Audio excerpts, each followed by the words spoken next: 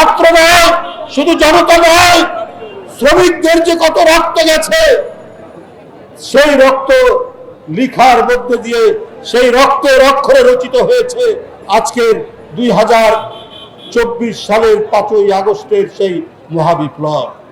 বন্ধুরা আমার, দেশ ক্রান্তিকাল শেষ হয়নি, এখনো শ্রমিকদের আয় দিনকে দিন কমে যাচ্ছে। গ্যাস বিদ্যুতের সংকটের কারণে কারখানার পর কারখানা বন্ধ হয়ে যাচ্ছে, শ্রমিকের ছাঁটাই হচ্ছে, হাজার হাজার শ্রমিক ছাঁটাই হয়ে গেছে। আপনারা জানেন জুট মিল এবং চিনি কল এগুলো বন্ধ হয়ে গেছে একের পর এক। এই শ্রমিকদের পরিবারে কোনো খাবার নেই, এই শ্রমিক পরিবারের ছেলেরা স্কুলের বই খাতা কিনতে পারে না, এরা স্কুলে যাওয়া ছেড়ে দিয়েছে। কে দেখবে এদেরকে? কে দেখবে এদের পরিবারকে? যে সমস্ত নিয়মিত শ্রমিক যারা পার্মানেন্ট শ্রমিক হিসাবে কাজ করবে, সরকারের নীতির কারণে এখন পার্মানেন্ট শ্রমিক নিয়মিত শ্রমিক দেয় না, কি একটা শব্দ এসছে, আউটসোর্সিং। এই আউটসোর্সিং করে আপনার নিয়মিত শ্রমিক বাদ দিয়েছে। কেন? আওয়ামী লীগের আমাদের সিন্ডিকেট ছিল, মালয়েশিয়ায় শ্রমিক পাঠাতে, সেইখানটায় সিন্ডিকেটের মাধ্যমে যেত যারা অনেক টাকা নিত। এর মধ্যে ছিল জয়েল মাসুদ, এর মধ্যে ছিল অর্থমন্ত্রী তৎকালীন লোটাস কামাল, আরো অনেক লোক। এই সিন্ডিকেটের কারণে শ্রমিকদের কষ্ট হতো। শ্রমিকরা ঘর জমি বিক্রি করে ওই সিন্ডিকেটকে টাকা দিয়ে মালয়েশিয়ায় যেত, সেখানে গিয়েও তারা চাকরি পেত না। আজকে তো সিন্ডিকেট থাকার কথা নয়, আজকে তো ওই মেজর জয়েল মাসুদ, মাসুদউদ্দিন চৌধুরী, লোটাস কামালদের তো থাকার কথা নয়, নূর আলীদের থাকার কথা নয়। আজকে কেন শ্রমিকরা মানবেতর জীবন যাপন করবে?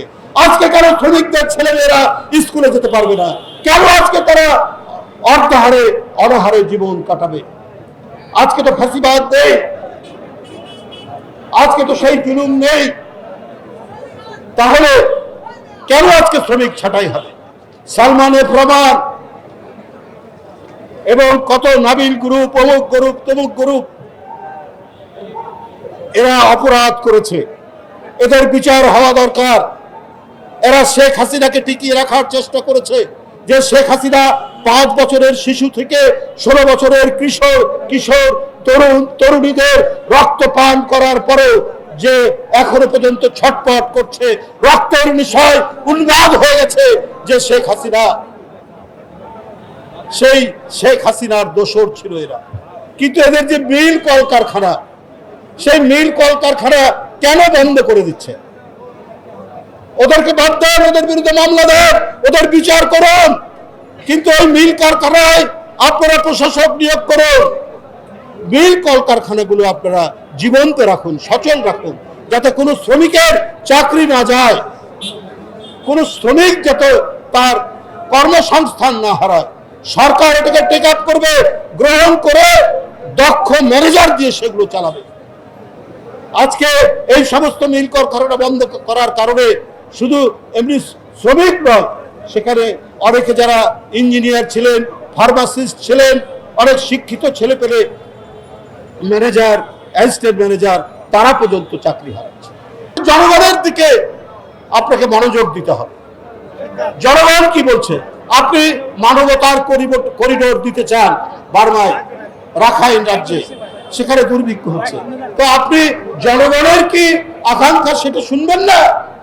আপনি রাজনৈতিক দল যারা গণতন্ত্রের জন্য লড়াই করেছে, যাদের ছেলেরা জীবন দিয়েছে, যাদের ছেলেরা আপনার অদৃশ্য হয়ে গেছে, গুম খুনের শিকার হয়েছে, আপনার সেই সমস্ত রাজনৈতিক দলের কথা আপনি শুনবেন না?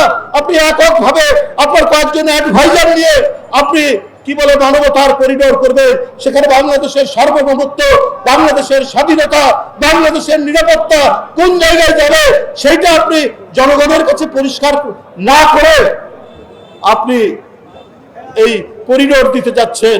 কি বলেছে যেটা হিউম্যানিটেরিয়ান করিডোর। আপনি নির্বাচিত নন, কিন্তু আপনি তো জনগণের রাজনৈতিক দলের আপনি সমর্থিত সরকার।